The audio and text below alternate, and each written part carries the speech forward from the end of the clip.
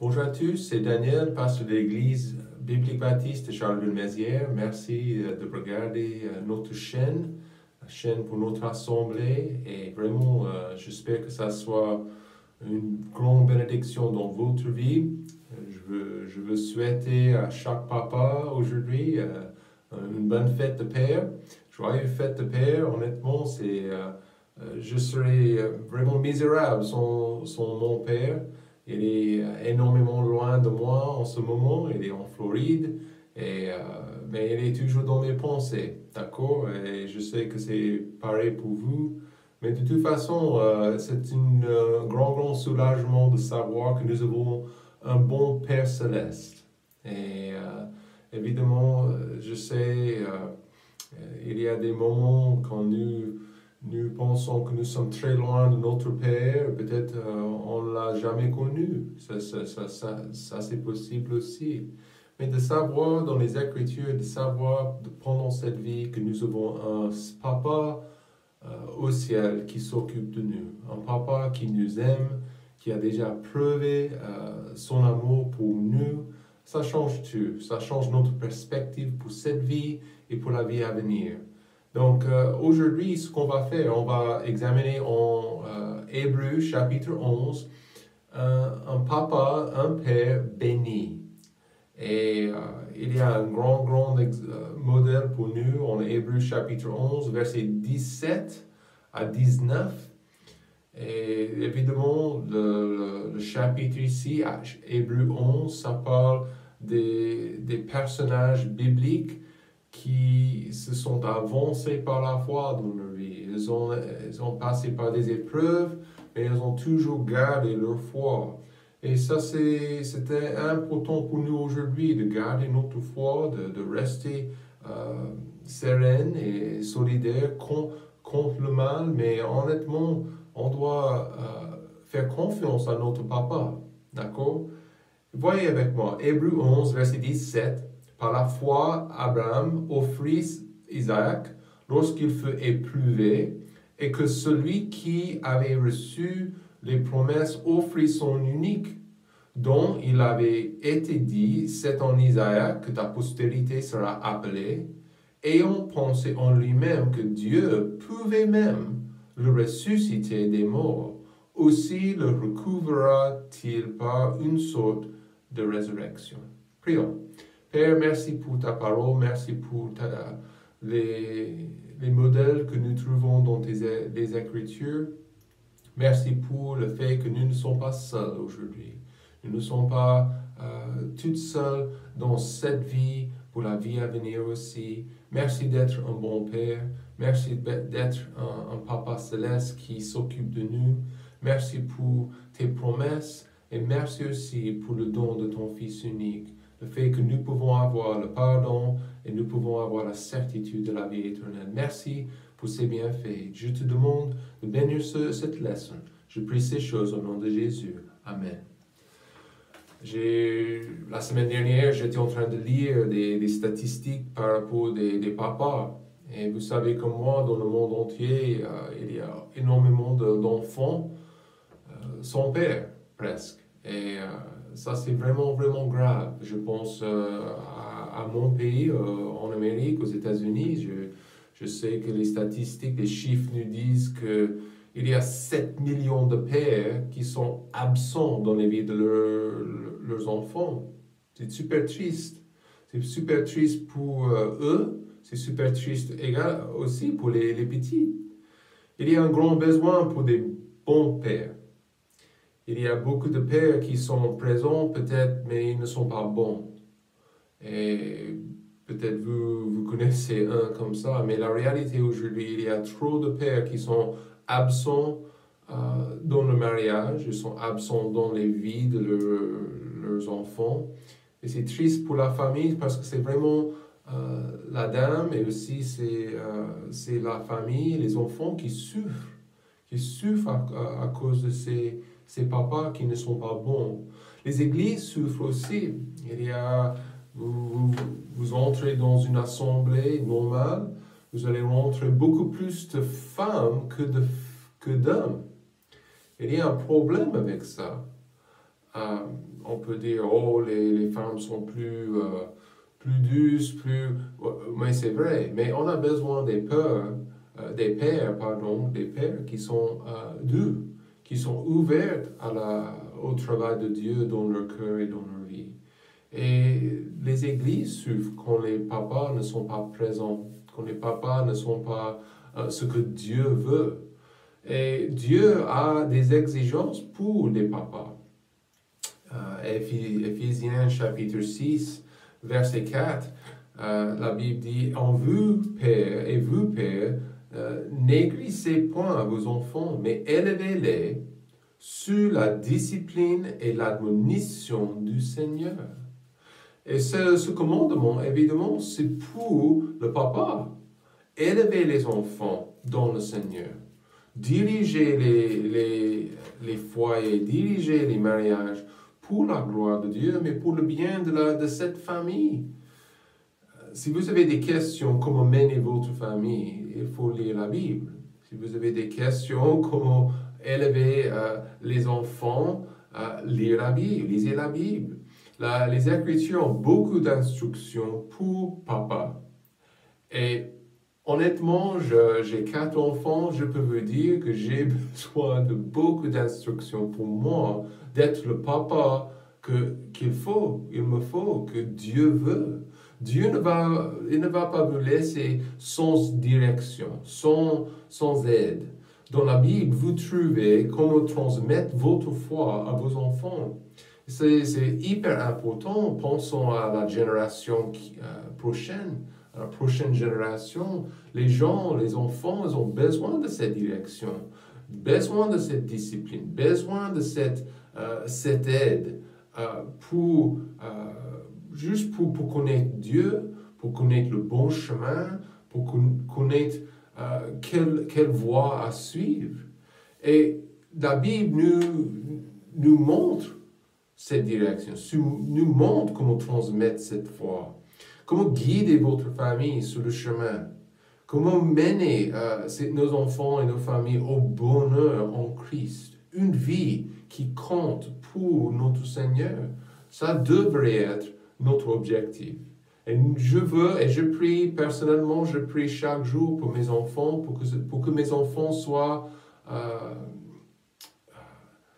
disponibles à Dieu, en train de suivre Dieu avec leur vie. Parce que s'ils vont se dévouer à l'argent, à un boulot, au plaisir, ça sera un échec.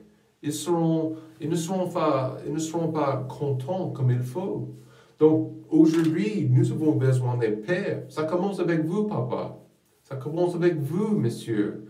Et évidemment, c'est super important. Ça. Donc, dans notre passage, Abraham n'était pas papa, il n'était pas père, il était vieux. En fait, verset 8 de chapitre 11, Hébreux 11, verset 8, regardez dans le texte.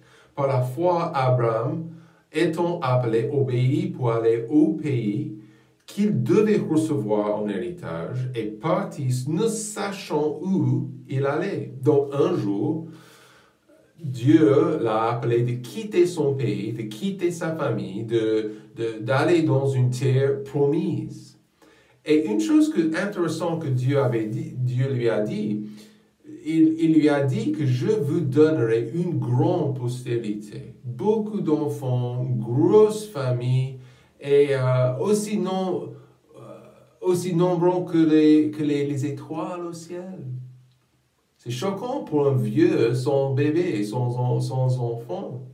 Mais Dieu lui a dit ça quand même. Dieu lui a dit qu'il ferait une grande nation de ses enfants. Sa femme était stérile. On a déjà, il y a quelques semaines, pour la fête des mères, on a étudié la Sarah, mais elle était stérile.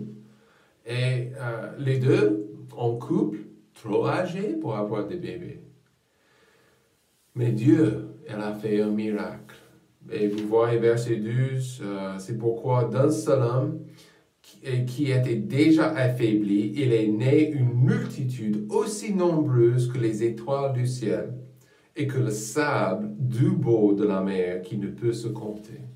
Donc voilà, la postérité, les enfants d'Abraham sont vraiment en place aujourd'hui. Un grand nombre, un grand nombre.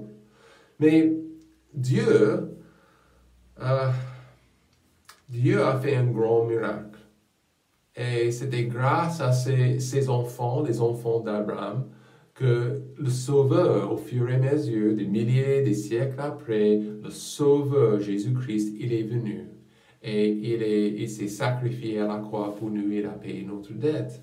Mais Abraham, pour ce père, okay, pour ce papa, on voit, et vous pouvez imaginer l'amour de ce papa pour son fils. Et il avait vers 100 ans et son fils est né. Si vous connaissez un grand-père, vous comprenez bien cet amour de ce grand-père pour ses petits-enfants. Le propriétaire de notre local, c'est un monsieur, un couple, ils sont super gentils, super généreux aussi, mais monsieur, il me parle régulièrement par rapport de ses petits-enfants. Et c'est naturel dans notre vieillesse de s'approcher aux enfants, d'aimer les enfants. Mais pensez à cet homme, à 100 ans, Abraham, sa femme, 80, 90 ans, comme vers ça. Et écoutez, ils ont un bébé, ils sont en train de changer les couches, ils sont en train de soigner, de nourrir bébé Isaac. Et cet amour pour papa Abraham, c'était énorme, c'était quelque chose exceptionnel. Mais Dieu, un jour, lorsqu'après des années, le jeune garçon, il a grandi, peut-être il avait 8, 9 ou 10 ans, et au fur et à mesure, Dieu a demandé à Abraham de faire quelque chose. Et c'est choquant cette requête, c'est choquant cette demande. Il a demandé à Abraham de sacrifier son fils, d'offrir son fils comme à ce moment-là, comme ils ont sacrifié les animaux. Donc c'était un sacrifice humain. Donc pour Abraham, ça serait évidemment, ça serait très bizarre ça. Pourquoi mon Dieu, le Dieu qui est bon, le Dieu qui m'a dirigé, qui m'a guidé, et il m'a donné ce garçon, pourquoi est-ce qu'il me demande de sacrifier mon enfant? Ça serait quelque chose que les païens ont fait. Les Écritures, particulièrement dans l'Ancien Testament, ça parlait régulièrement des idoles, comme les idolâtres, ils ont offert leurs enfants dans le feu pour sacrifier leur bébé à des idoles et au diable, en fait. Mais pourquoi est-ce que Dieu demanderait ça? L'amour de papa, j'imagine que c'était un grand choc pour Abraham quand il a entendu ça. Genèse, chapitre 22. Et gardez votre place en Hébreu 11, mais tournez dans vos Bibles en Genèse, chapitre 22. Et vous pouvez voir pour vous-même l'histoire dans sa totalité, Genèse chapitre 22. Et voyez verset 2, et voyez la requête de Dieu. Prends ton fils, ton unique, celui que tu aimes, Isaac, et va-t'en en pays de Moria, et là, offre-le en holocauste sur une des montagnes que je te dirai. Quelle requête! Quelle demande de son Dieu de sacrifier, d'offrir son fils en holocauste. Ça serait quelle angoisse pour le papa.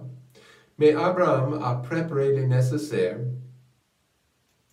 pour monter sur la montagne avec son petit. Est-ce que Dieu était vraiment sérieux?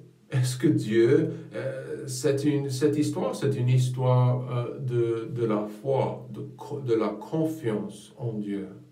Abraham, il a préparé les nécessaires. Il a monté sur la montagne avec son fils, avec les nécessaires, les branches pour le feu, tout pour faire un sacrifice à Dieu. Et Dieu n'avait pas l'intention, on sait bien, on connaît le reste, la fin de l'histoire. Dieu n'avait pas du tout l'intention de faire tuer Isaac, Mais attention, qu'est-ce que Dieu voulait? Dieu avait envie de voir le cœur de papa. Dieu, il avait envie de voir si son serviteur Abraham serait obéissant en tout cas. Et c'est plus ou moins ce que Dieu veut aujourd'hui de vous et moi comme des pères. Dieu veut savoir si nous serons, qu'est-ce qui se trouve dans nos cœurs. Et Dieu veut savoir. Il aimait est-ce que Abraham, est-ce qu'il aimait son fils Isaac plus que Dieu? Qu'est-ce qui se trouve dans notre cœur? Qu'est-ce qui se trouve dans nos têtes et dans nos envies? Donc, il le protégerait sans vraiment obéir. Ça serait la question. Donc, Dieu, ça c'est trop. Vous me demandez, c'est trop. Je ne peux pas faire ça. Abraham, il a décidé d'obéir et on va voir ça. Mais l'histoire était une épreuve pour Abraham. Et vous savez comme moi, dans notre vie personnelle, dans notre vie particulière, la réalité des épreuves existe. On va passer par des épreuves. On va passer par des difficultés qui vont tester notre fidélité et qui va tester notre foi aussi. Et ma question pour vous, qu'est-ce qui se trouve dans votre cœur? Comment est-ce que vous allez réagir comme un papa? Et évidemment, il y a des femmes qui vous regardez cette vidéo. Qu'est-ce que vous allez faire comme un parent, comme avec des petites? Le papa, il a mené son fils sur la montagne. Donc, lisez avec moi, Genèse 22, verset 7. Alors, Isaac parla à Abraham, son père, et dit, « Mon père, me voici. » Et Abraham répondit, « Me voici, mon fils. » Et il dit, « Voici le feu et le bois. Mais où est l'agneau pour l'Holocauste? » Très bonne question de la part de ce garçon. Et Abraham répondit, « Mon fils, Dieu se pourvoira lui-même de l'agneau pour l'Holocauste. » Et ils marchèrent tous deux ensemble. Et ils vinrent au lieu que Dieu lui avait dit, et Abraham y bâtit l'autel, et rangea le bois, et il lia Isaac son fils. Donc cette partie-là, ça c'est choquant aussi. Normalement, un garçon, sachant qu'il serait tué comme un mouton, comme un agneau, il serait en train de courir, de descendre du sommet de cette montagne. Mais il était soumis à son papa. Et il lia Isaac son fils et le mit sur l'autel par-dessus le bois. Puis Abraham étendit la main et prit le couteau pour égorger son fils. Mais l'ange de l'Éternel lui cria des cieux et dit, « Abraham, Abraham !» Et il répondit, « Me voici. » Et il dit, « Ne porte pas ta main sur l'enfant et ne lui fais rien, car maintenant je sais. » Voilà, Dieu, il voulait savoir. Maintenant que je sais que tu crains Dieu, puisque tu ne m'as pas refusé ton fils, ton unique. Et Abraham leva les yeux et regarda, et voici derrière lui un bélier retenu dans un buisson par les cornes.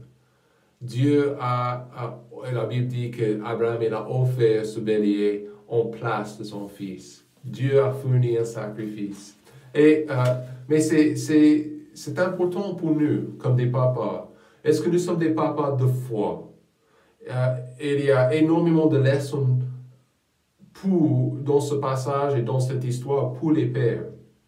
Abraham, il est monté d'un côté de la montagne avec son fils, et Dieu, un prédicateur a dit un jour que c'était Dieu qui est monté de l'autre côté avec une offrande, un remplacement pour Isaac. Et cette histoire est toujours, évidemment, c'est clair cette image du sacrifice de Jésus pour nous à la croix.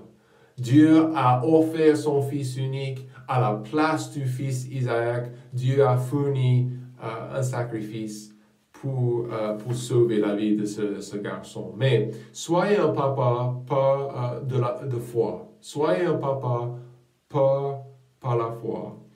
Numéro 1, l'importance d'obéir à Dieu. Verset 17, Hébreux Hébreux 11, verset 17, par la foi, Abraham offrit Isaac lorsqu'il fut éprouvé et que celui qui avait reçu les promesses offrit son unique. Par la foi, Abraham offrit Isaac lorsqu'il fut éprouvé. Imaginez, Dieu vous demande d'offrir votre enfant. Wow! Incroyable. Incroyable de penser que quelle pression sur les épaules de ce vieux Abraham. C'était bien, c'était son épreuve. Est-ce que vous aimez Abraham plus que ce garçon? Est-ce que vous êtes prêt, est-ce que tu es prêt, Abraham, de m'obéir jusqu'au bout? Est-ce que c'est différent aujourd'hui? Abraham, il ne savait pas du tout ce qui se passerait. Seulement que Dieu lui avait demandé quelque chose. C'était au moment de sa demande, va-t-on obéir? Comme des pères, des parents avec les enfants, Dieu veut savoir si on va obéir quand il demande quelque chose. Il ne force personne pour obéir à obéir ses commandements. Jamais. Mais vous savez comme moi, une chose est certaine, il ne peut pas bénir la désobéissance. Dans votre vie personnelle, si vous pensez que vous pouvez faire ce que vous voulez faire, n'importe quoi, sans regard, sans attention au commandement de Dieu, Dieu ne peut pas bénir votre vie, il ne peut pas bénir votre famille, il ne peut pas bénir non plus vos enfants. Et n'oubliez pas, ce sont les enfants qui regardent papa, qui regardent maman, qui regardent si on va obéir à Dieu jusqu'au bout.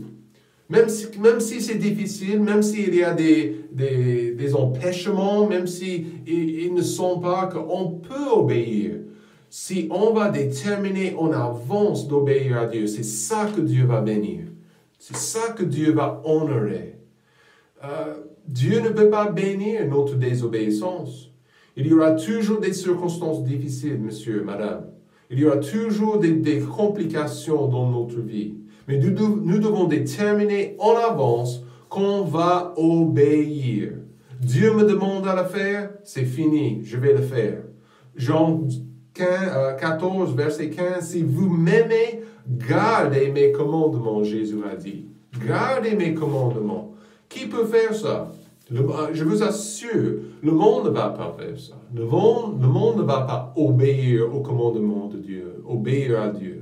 Abraham, il avait déterminé de faire ce qu'il a demandé. Nos enfants doivent savoir que malgré l'épreuve, notre famille, notre papa, il est un bon père, il est un père de foi et il va obéir à Dieu.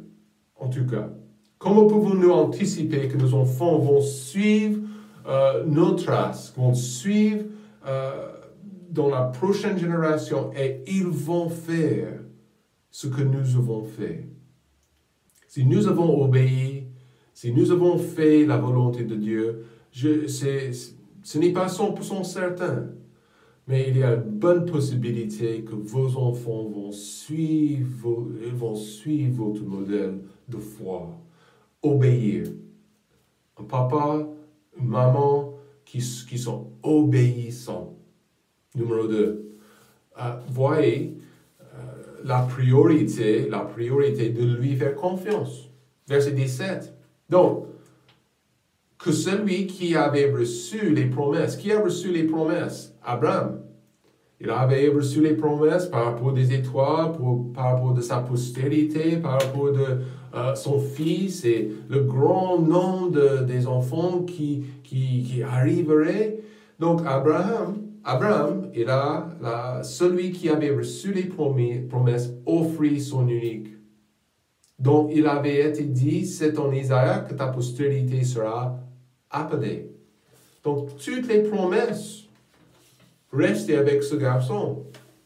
C'était son unique. Abraham a mis des affaires pour... il a mis les affaires sur l'âne. Le feu, il avait le feu, il avait le bois, il avait tout les nécessaires, mais il n'avait pas d'agneau. Ça serait bizarre, n'est-ce pas? Isaac n'était pas sûr de ce qui se passait. Qu'est-ce qui se passe, papa? On n'a pas d'agneau, on n'a pas d'animal. Et j'adore cette assurance d'Abraham. Il n'était pas certain de ce qui arriverait après. Mais une chose, il a dit, Dieu va fournir un sacrifice. Dieu va fournir un sacrifice. Et j'adore cette expression, cette pensée. Abraham s'est rappelé de chaque promesse que Dieu lui avait dit.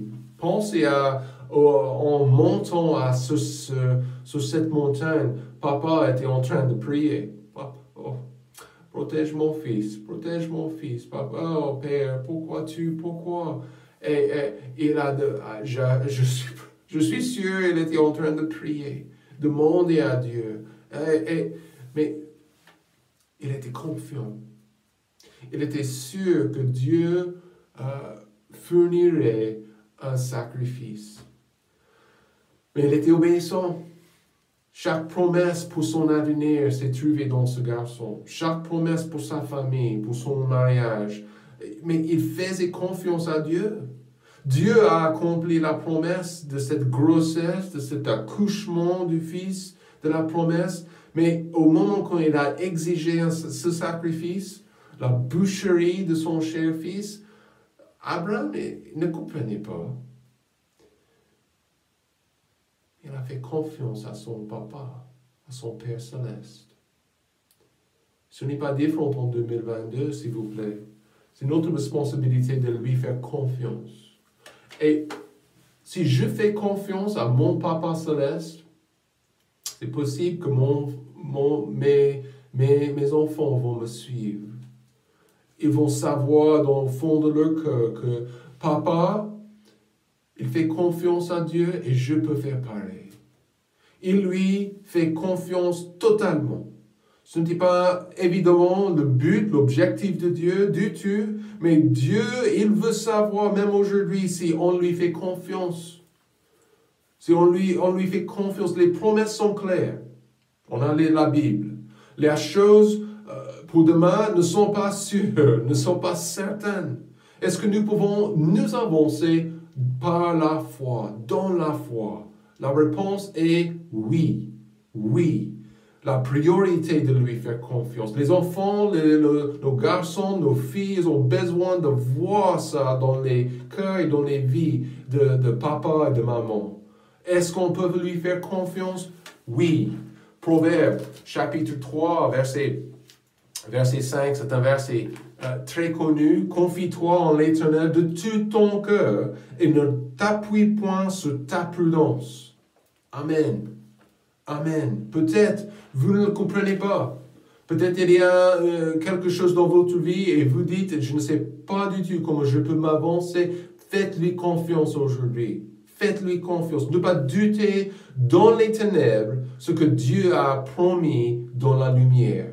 Dieu est fidèle et il est digne de notre confiance. La dernière chose, la dernière leçon pour les pères de foi, la certitude que Dieu fait des merveilles. Verset 19. Hébreux chapitre 11, verset 19. Ayant pensé en lui-même que Dieu pouvait même le ressusciter des morts.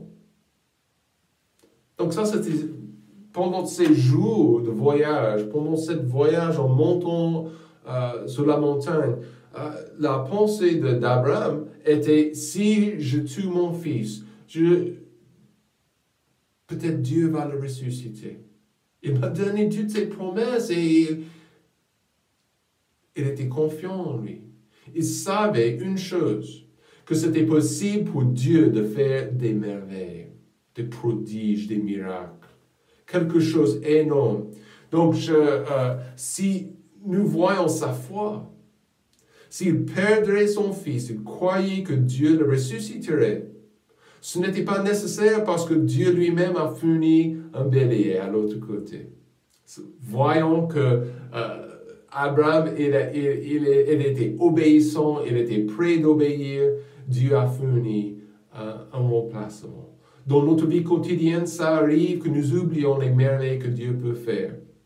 Vous avez des doutes par rapport à demain, vous avez des questions pour demain, vous avez des besoins personnels. quoi que ce soit, Dieu est capable. Amen. Dieu est capable. Dieu peut faire des merveilles. Il peut faire des prodiges. On a vu des réponses à nos prières, fois après fois après fois. Cette personne est sauvée. Dieu a ouvert une porte pour ma fille. Dieu a fourni quelque chose qu'on avait besoin. Dieu, il peut continuer à faire ça. Ma question aujourd'hui, est-ce qu'il peut toujours faire des miracles dans nos vies? Bien sûr, il est capable. Il est capable. Dieu est toujours capable, même quand il était capable dans la vie d'Abraham et Isaac, il a fourni un sacrifice. Ésaïe 59, verset 1. La Bible dit, voici la main de l'Éternel n'est pas trop courte pour délivrer, même en 2020, ni son oreille trop pesante pour entendre. Ça, c'est notre Dieu. Et ça, c'est la foi que nous devons transmettre à nos enfants comme des pères. Okay? On doit transmettre l'importance d'obéir à Dieu. On doit transmettre aussi l'importance de lui faire confiance. Et on doit transmettre le fait que notre Dieu est capable. Il peut faire des grandes choses dans nos vies et pour notre avenir. Donc, il faut